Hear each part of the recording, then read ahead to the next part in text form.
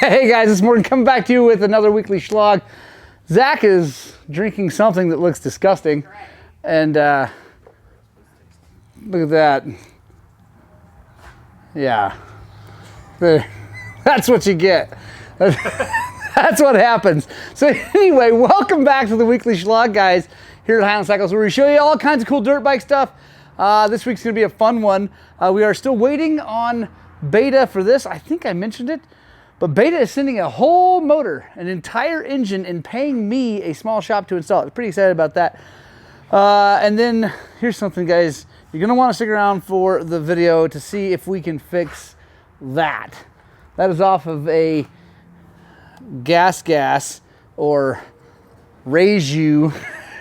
It's before Raise-U was Raise-U. It's a gas pipe that our good friend Josh Hartlerode smoked on butter knife the other day. So anyway, it's gonna be a lot of fun. If you like that kind of stuff, stick with us. Here we go.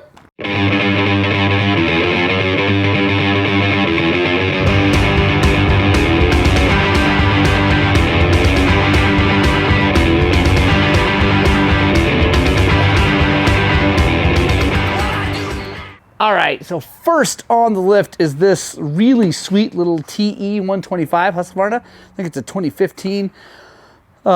You'll see it's got Highland Cycles graphics on it because it was originally owned by someone who was a really good friend of ours.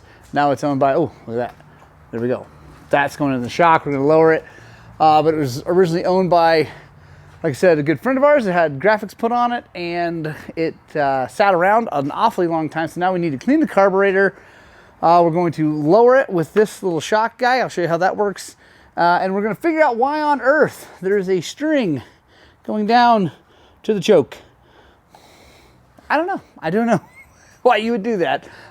Because I believe the choke works if we just, yeah, it sticks up like it's supposed to. Not sure why there's a string on it. We're going to take that string off of it, clean that carburetor, make this thing run really good, and get it down a little bit lower because the guy who bought it for his son. His son's pretty short, and that's going to make that a lot better. And this style, lowering things actually works pretty good, and it's inexpensive. So let's get to it. More air filter content, folks. Here we are. There is the air filter. Probably even from here you can tell it's dry. They got some sort of interesting latchy thing holding it on there, and interesting grease they have on there. Lots of grease, lots of dirt on the wrong side. So guys, if you're gonna put that much grease on an air filter, you should probably put oil on the air filter too. So I hope the motor is okay. We're gonna find out here real soon, but that, it's so frustrating. And I don't think it's the current owner did not do this, because he hasn't even ridden it. As the people before him.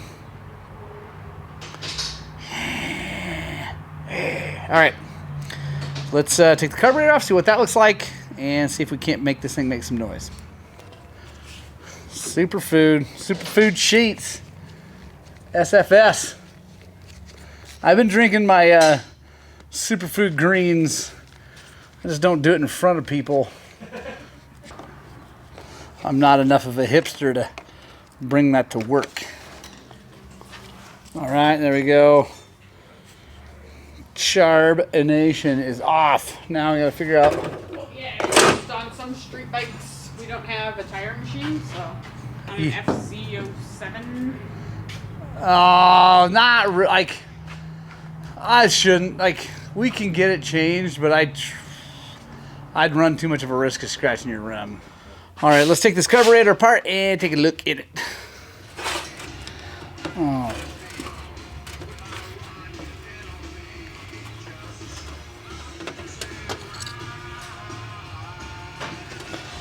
Definitely some nastiness in there. The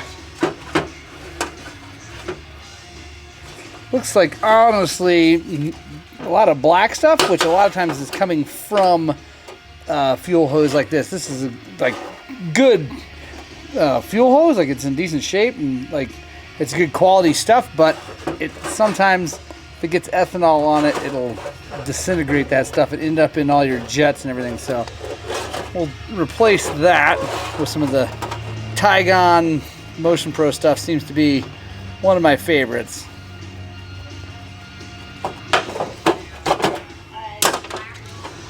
This pilot jet is the wrong color.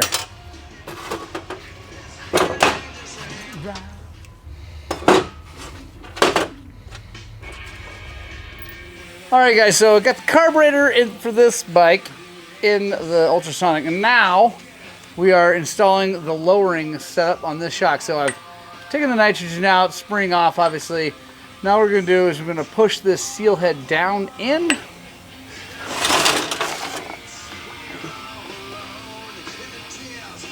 See if we can do it by hand. Maybe not. Might need to get the tool. Got our shock tool. There we go. That just makes it easier to push down. Now we take this guy. Comes apart. And you can see, show you. So he's got this rib. That rib goes up where the circlip's gonna go. Take our O-ring, go over. I'm gonna pop the circlip out.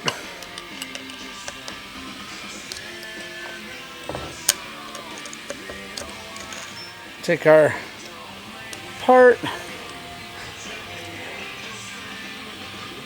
put it together, and put the O-ring where it goes in the lower groove. Let's see. There we go. Now, coming up here, we're gonna set that down. Push that down in.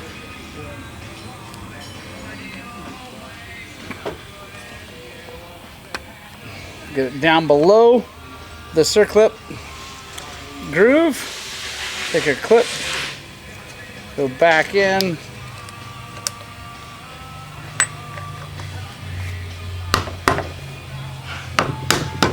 All right, now we're gonna go put nitrogen back in it, and we're gonna do it with the Race Tech tool.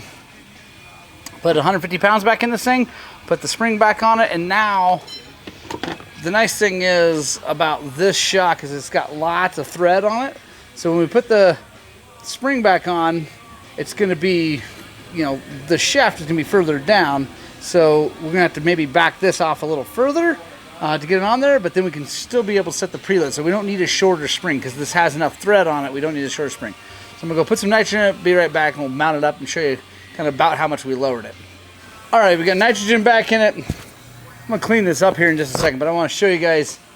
So this distance down allowed me to get this off no problem. Now you can see that at that distance down, I can't really get the circlip on. So we definitely moved it, well, you know, whatever that amount was. But that's gonna lower the bike, I think a full like 30 or 35 millimeters, which is pretty cool. So I'm gonna do this, clean this thing up, make it look nice, and we'll put it back on.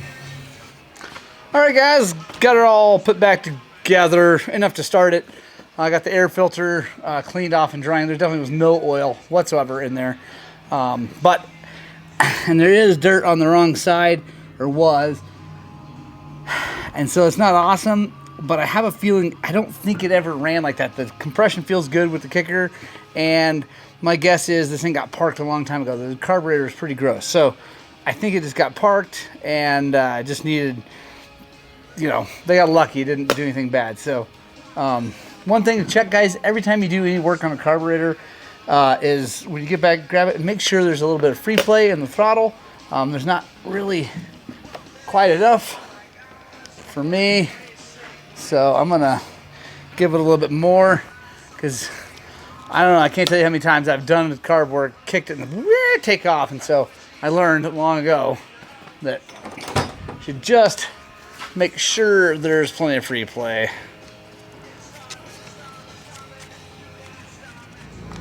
There we go. That's better.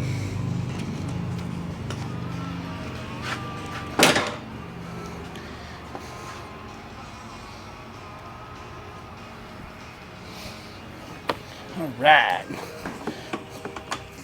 Let's see if she starts.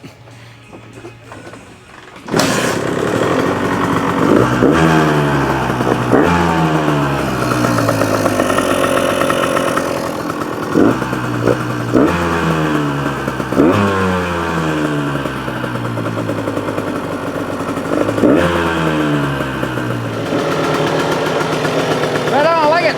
Smoke coming out the back like it should on a two-stroke. The motor sounds nice and quiet. I like it. It sounds good. Super happy with that. Now I will button her all up. And I don't have any way to show exactly how much we lowered. You saw, but it's quite a bit lower now. Anyway, I'm happy because this kid's going to be able to ride this thing. And then as he grows, he'll be able to raise it back up. You take that little spacer out of the shock, raise the forks up. He's got the forks raised up as far as they can go. So, yeah, this is an easy way to get a kid on a bike. As he progresses, gets better, gets taller, raise it up. It doesn't cost a whole bunch of money. Now, with the TBT shop, we can do some pretty serious lowering for adults who are vertically challenged. But as far as a kid goes, I try not to spend much money because kids generally going to grow. Also, they get better fast, and they might not even need it. So I try not to spend a whole bunch of money on lowering for kids. You know, if they're real small, I just go to the next bike down, right? Yeah, this one worked out pretty good. Get on to the next job. All right, so we got this lowered, and like I figured, the kickstand now wants to pitch it to the right. That is one of the things when you're lowering bikes that you have to consider. They make shorter ones. I think someone might make a shorter one for KTMs. They make lots of different kinds of kickstands you can do shorter. This is another one here. This 250FX. The kickstand, we lowered this thing. Well, actually, we didn't lower it. A friend of ours, Travis Newbold at Newbold's Motorbike Shop, lowered it. But the kickstand definitely was a little too long. So our buddy on the Yamaha ones, it requires cutting and welding. And so we don't have an aluminum welder here. So my buddy Gary with the TIG is taking care of that right now. I just got off the phone with him. But on the KTM style, I want to show you something. So this thing is, I mean, it is way too long there. So it's almost touching, would be touching that. And it's leaning to the right. So it's super too long. Let me show you how we can take care of that on a KTM. I know it's a Husky, but it's a KTM.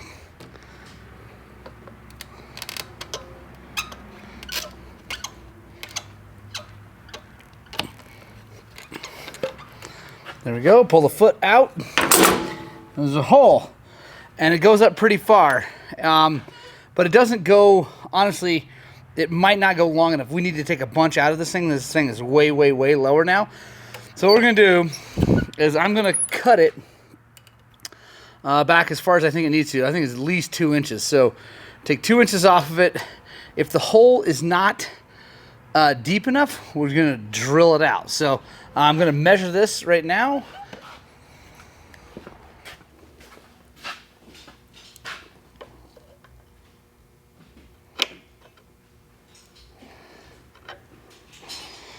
So it's 14.42 millimeters or 0.567 inches. So 14.42.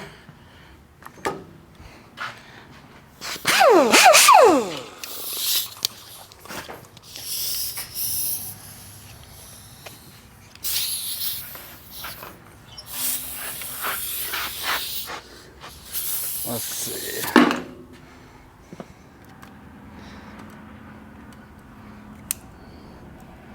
That is 2 inches.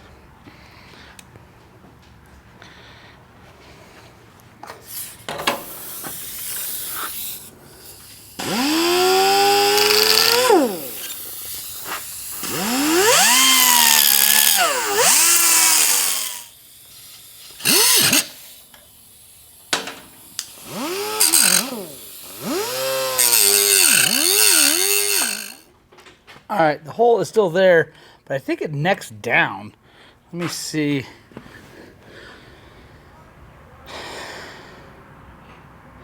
Nah. Should be good. So now, I'm gonna jam this foot up in there. Like that. Don't make this easy because nothing is flat on this foot, so you gotta.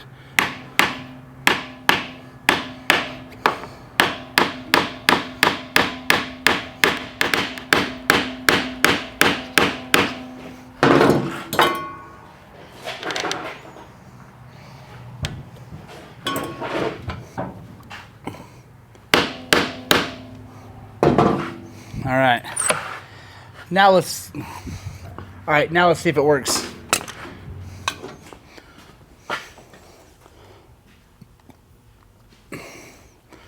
So it leans over. I think we're going to be good. Let me take it out of the wheel chock and we'll see. Looking pretty good here. I feel like we got her. Looks like it leans over plenty far. I'm happy with that. I don't want to cut any more off of it. I don't have to. Yeah, I think that's going to work out good. All right, guys, now it is time to try to fix this pipe. Now, I've put 100 PSI in it, which is more than I normally do. I usually do 80, but we got 100 PSI in it. Actually, it straightened out a bunch. I should have been videoing it as I added the air. It straightened out a whole bunch before I even touched it with heat. So there's our crater. Let's see what we can do.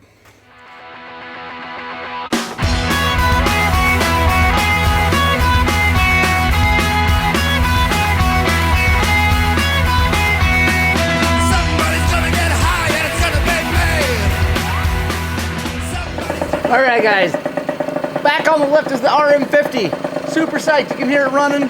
Really happy with that.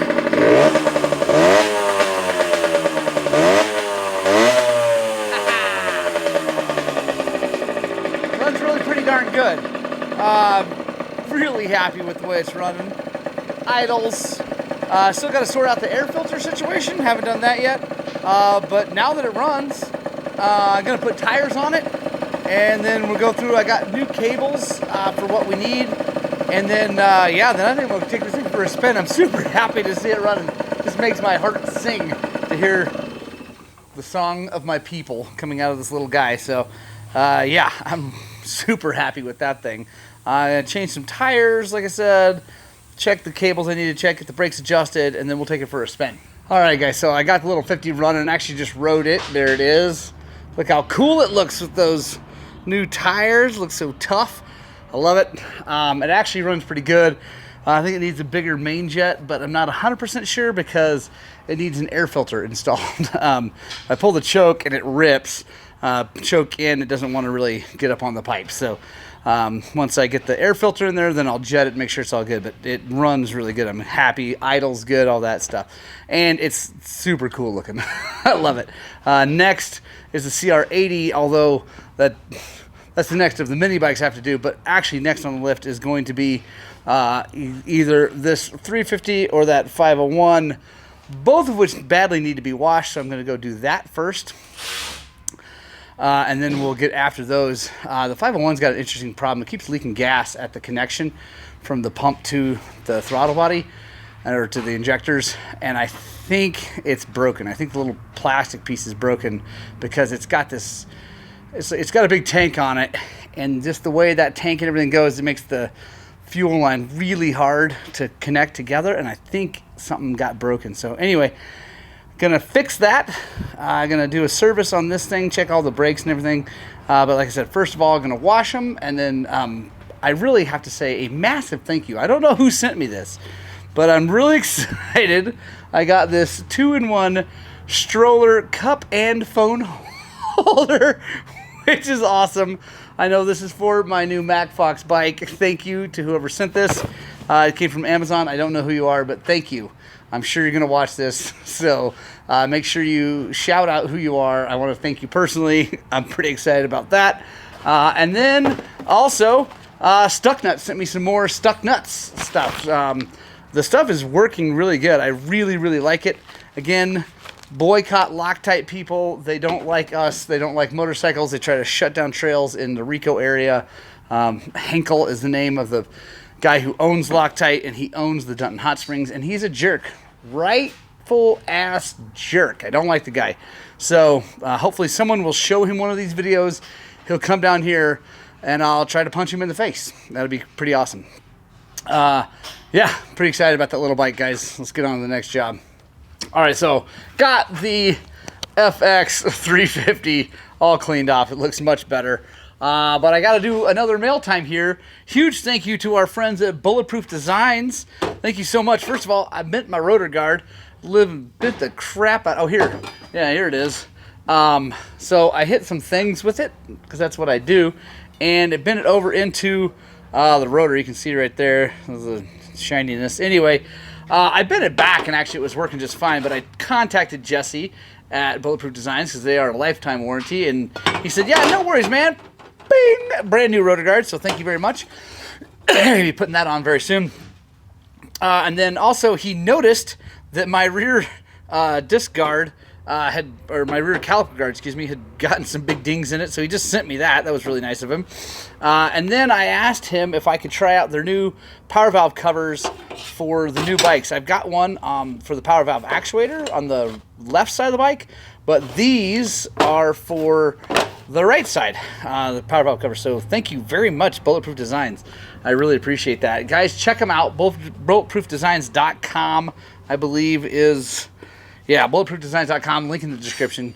Check it out. I don't get any kind of kickback from them. They don't do affiliate links or anything like that. I just like their products that much. I stock them on the wall for my customers. I sell them to tons of people. They are absolutely the best. Best company, best people, best everything. They're awesome. Now, currently I'm running I really like the System Tech Racing front disc guard on my bike, because I mentioned this lots of times, but it's not aluminum. I love the Bulletproof Designs one. Is very good. It's very strong, but it's aluminum. And if you get into our kind of rock out here, it will like hang up. Like it'll gouge into the rock, and I've been over the bars before. So I run the System Tech Racing. I'm currently running a rear System Tech Racing on the bike because I was waiting for my new Bulletproof Designs. So the rear one is good. It also doesn't hang up, but in really hard hits, it'll move over and let the rotor bend. So I'm going to put my aluminum one back on. They also sent me some spokes, just to have extra spokes for their wheels, because I may have forgotten to tighten up my spokes. Not on my new wheels, but on some old wheels, I just kind of let go and didn't pay much attention, and I lost a spoke. So kind enough to send me some spokes too. So if you guys have Bulletproof Designs wheels, worry not. If you break a spoke or mess something up, you can get one. Anyway, I got to service this thing, change the tire.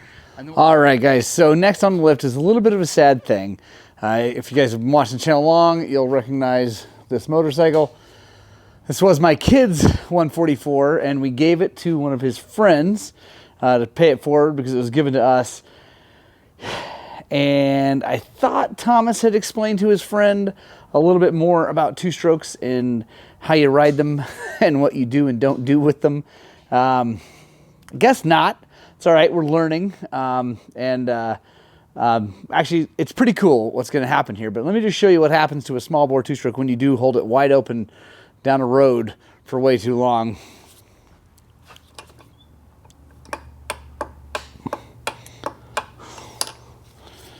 It's not supposed to do that. So there's a little too much play in the old big end bearing on that rod. So we are going to replace it. The cylinder got taken out a little bit. It wasn't actually that bad. We're going to send that off to Millennium, get them to fix it.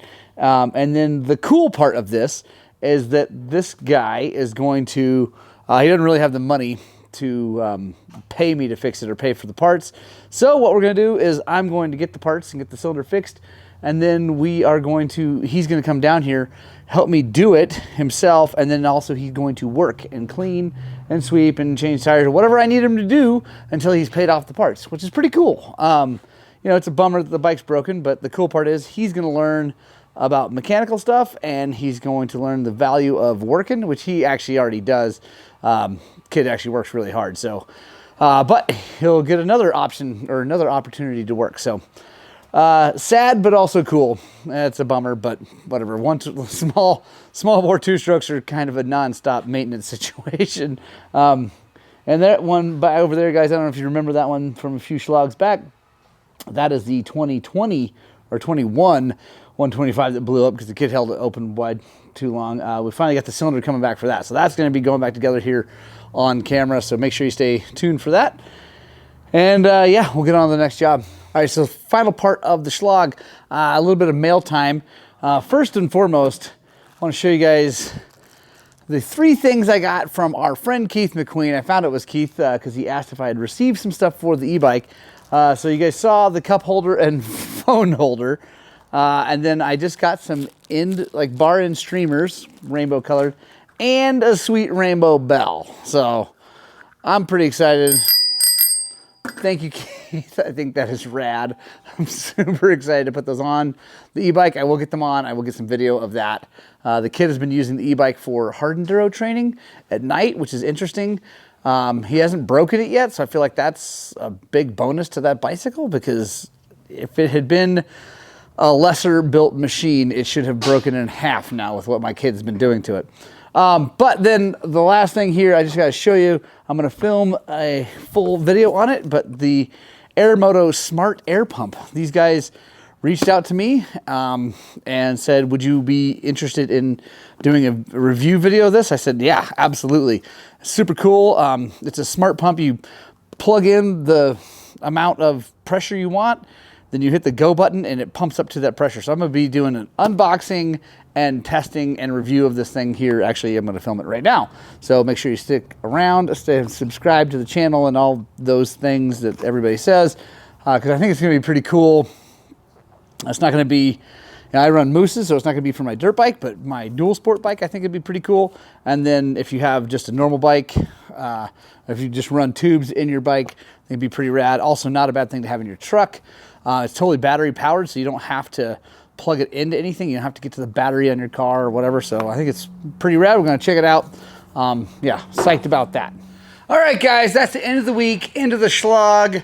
I got my 2 bikes in here getting ready to do some work. I'm actually going to film a separate video about that. It's actually a Sunday evening. I don't even know what it is. Just got done building a bunch of fence at my house. And now I got to do some work on these bikes to get them ready. I'm going to actually go hopefully cut some trees tomorrow on the old 300. And then this just needs some love. So anyway, filming a separate video, kind of showing you guys what I do on my own stuff here in a second. But as for the Shlog, it's over. If you're new here, you just did this, you just saw this is the first one you ever saw, you stuck around all the way to the end of the video, maybe consider subscribing, because it's pretty awesome. It's free. We have a lot of fun here. It's super cool. As you can see, lots of bikes to work on, so lots to learn. Love you guys. We'll see you on the next one. Get out and ride your dirt bikes!